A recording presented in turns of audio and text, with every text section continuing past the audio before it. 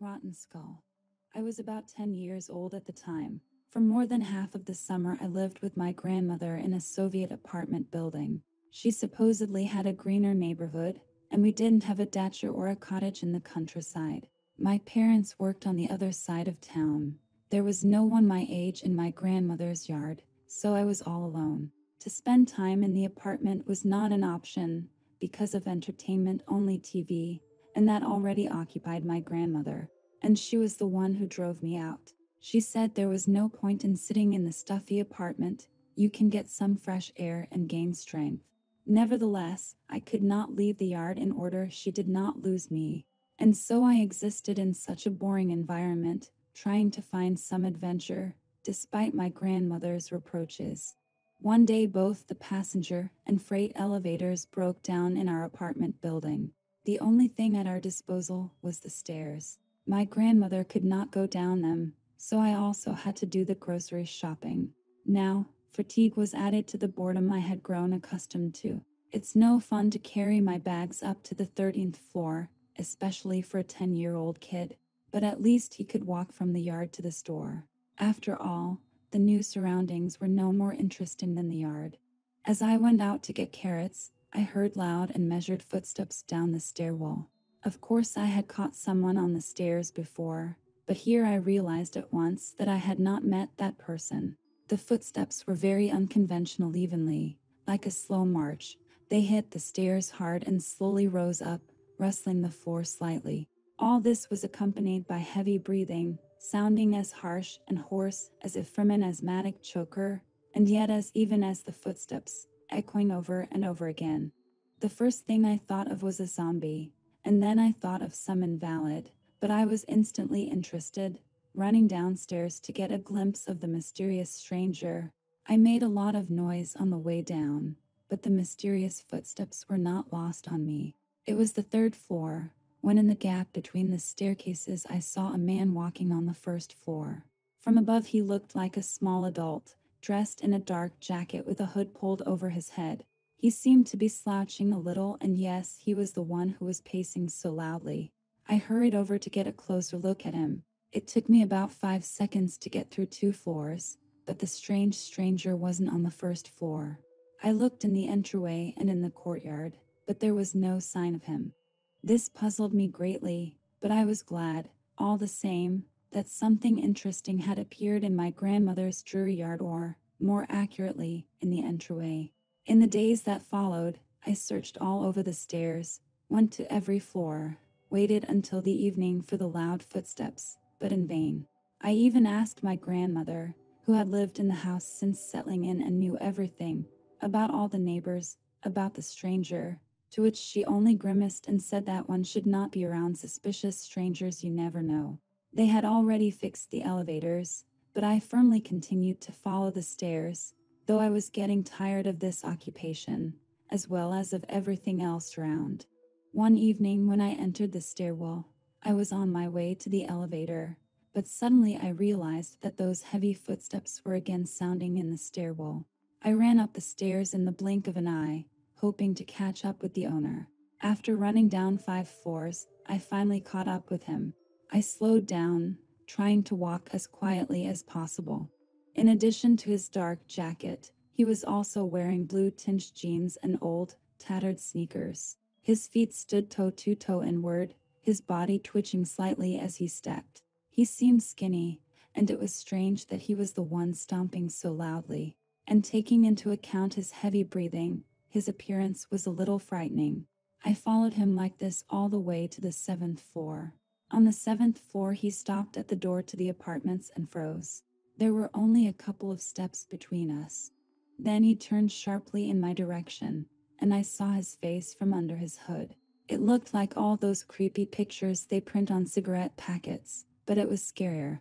There seemed to be no skin, just a skull, and a dark one at that. Maybe it looked like that in the dim light.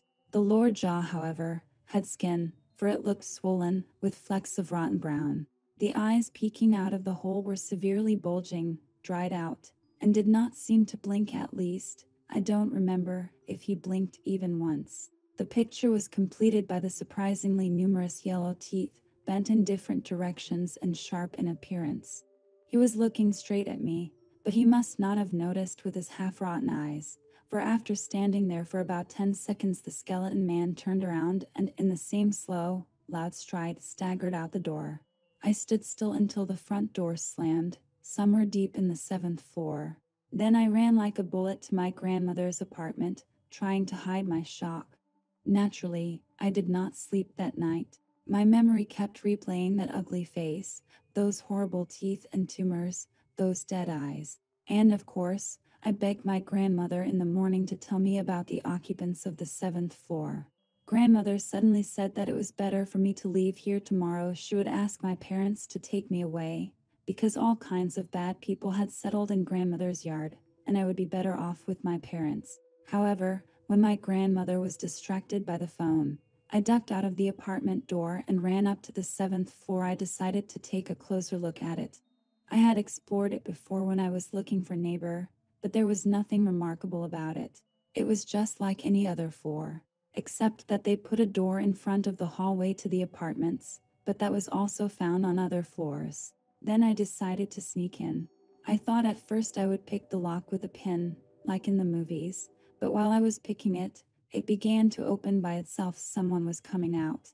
I hid behind the garbage chute and heard the same heavy footsteps and breathing. I was frightened that a skeleton man had followed me out, so I huddled in the corner as best I could, squeezing my eyes shut, but I was lucky that he had passed by, apparently, to the stairs. Nevertheless, I hesitated to come out of hiding until I finally stopped hearing his loud footsteps. When I came out, I suddenly realized that I hadn't heard him close the door. When I got there, I yanked on the handle, and yes, the door was opened. There, I thought, lucky me. Maybe I was being very stupid, but panting with boredom, these adventures pulled me deeper and deeper into the mystery of the skeleton-like neighbor. It was dark inside, and I opened the door fully to let more of the lobby light in, and stepped inside. It looked like an ordinary hallway, though there was only one door at the end of it. It smelled strongly of smoke. Quietly walking through, I also noticed a map on the wall.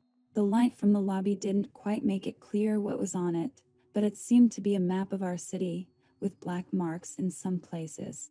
The door at the end of the hall, which was quite shabby, was also unlocked. I opened it just a little bit. The light from the lobby was no longer coming in, so it was hard to see what was behind it. It was almost pitch black. I could make out a long corridor with side passages, but it was empty, no furniture or other things I could see. The farthest aisle was in complete darkness, but there seemed to be a faint pale light coming from the side aisles, probably from the windows. Surprisingly for such a seemingly neglected landlord, the apartment was uncluttered, or rather untouched somehow. It was suspiciously empty. I don't know how far I would have gone with this curiosity if I hadn't heard a long, heavy sigh behind me. Shuddering, I turned around. Yes, it was that neighbor. How had he returned so quietly without making a sound? Or had I gotten so carried away? His black silhouette was recognizable in the lobby door, and surprisingly the whites of his eyes were contrastingly white in the dark. Not glowing, but pure white, with pupils as black as anything else in that semi-darkness. I was numb and didn't know what to do next. The ominous neighbor was slowly approaching. A hoarse, slow exhale began to grow in the silence, but it wasn't coming from the man in front of me. It was coming from behind me, from inside the apartment. It felt cold. I felt dizzy. My eyes were blurry. I couldn't think of anything better to do than to rush toward the neighbor behind me with a loud scream. With my eyes closed, I couldn't see where I was running, but I definitely hit something hard and lost consciousness.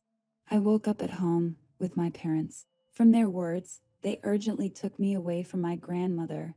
When she called and informed me that I felt very bad, I did not regain consciousness, rambling something about a corridor and an exit.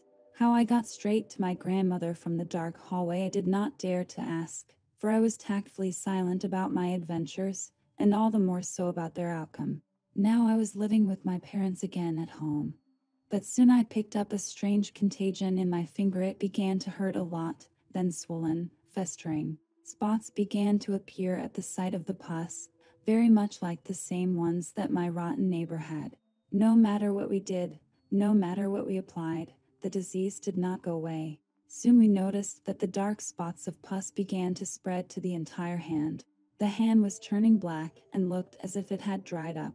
I could no longer feel pain in the dried out areas, but it was very painful at the junction with the still healthy skin. There was nothing the doctors could do. The infection was spreading, and in the end, we decided to take the ultimate measure: amputation. I have no left arm. Fortunately, not my right hand. I didn't have to